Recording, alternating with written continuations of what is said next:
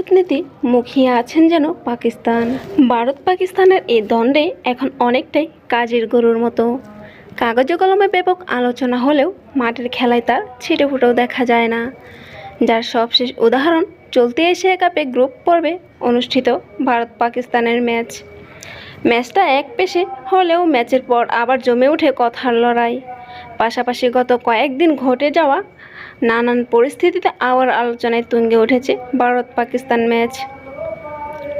টুর্নামেন্টের সুপার ফোরের ম্যাচে আজ আবারও মুখোমুখি হবে এই দুই চিরপ্রতিদ্বন্দ্বী দল। তা কি শুধু মুখে, নাকি এবারও মাঠের ভিতরে ভারতের সঙ্গে পাল্লা দেবে পাকিস্তান?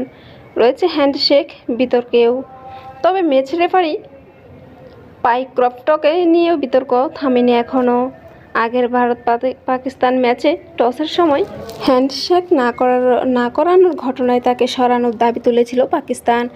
পরে আইসিসি বৈঠকের পর আপাতত সেই অধ্যায় থেমে গেলেও নতুন করে আবার তাকে দায়িত্ব দেওয়া হয়েছে বলে আজকের ম্যাচে। ফলে ম্যাচ শুরুর আগে থেকেই অদৃশ্য চাপ ও নজর থাকবে তার দিকেও। সব মিলিয়ে আজকের ভারত পাকিস্তান ম্যাচ শুধু মাঠের ভেতরের লড়াই নয়, বরং মাঠের বাহিরেই কূটনীতি, বিতর্ক, প্রতিশোধের আবেগ আর ভক্তদের তীব্র প্রত্যাশার সমাহার। পাকিস্তান প্রতিশোধের জ্বালায় উজ্জীবিত, আর ভারত চায় নিজেদের ছন্দ ধরে রাখতে। দুই দলই জানে এই ম্যাচ শুধু পয়েন্ট টেবিলে নয়, মনস্তাত্ত্বিক লড়াইয়েও রেখে যাবে বড় প্রভাব। সামগ্রিক পরিস্থিতি নিয়ে ভারত যেখানে নির্বাক, সেখানে উল্টো অবস্থানে পাকিস্তান।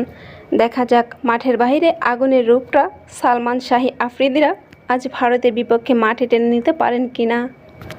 এদিকে বাংলাদেশের পক্ষে বাজি ধরে জিতলেন সাবেক পাকিস্তানি ক্রিকেটার।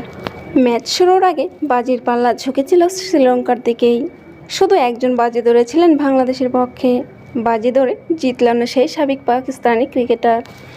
শনিবার 20 সেপ্টেম্বর পাকিস্তানি স্ট্রিমিং প্ল্যাটফর্ম টেম্পমেডের ক্রিকেট শো গেম অনুষ্ঠানে এই ঘটনাটি ঘটে। ম্যাচ শুরুর আগে অনুষ্ঠানে উপস্থিত 4 সাবেক পাকিস্তানি ক্রিকেটার প্রতীকী বাজি ধরেন। তাদের মধ্যে মিসবাউল হক, শোয়েব মালিক ও ওমর গুল শ্রীলঙ্কার পক্ষে বাজি ধরেন। অপরদিকে বাজিদ খান একমাত্র বাংলাদেশের পক্ষে বাজি ধরেন। তিনি বলেছিল এই ম্যাচটি বাংলাদেশে জিতবে। ম্যাচ শেষে দেখা গেল বাজিদ খানই বাজিতে জিতলেন। তবে ম্যাচ শেষে বাংলাদেশ জিতলে এই 4 জনেরও সবাই উচ্ছ্বাস প্রকাশ করেন। শনিবার এশিয়া কাপের সুপার ফোরে নিজেদের প্রথম ম্যাচে শ্রীলঙ্কার বিপক্ষে 4 উইকেটে জয় পায় বাংলাদেশ। জয়ের পর টাইগারদের তারিফ করলেও ম্যাচ শুরুর আগে অনেক ক্রিকেট বোদ্ধই বাংলাদেশের পক্ষে বাজি ধরতে রাজি ছিলেন না।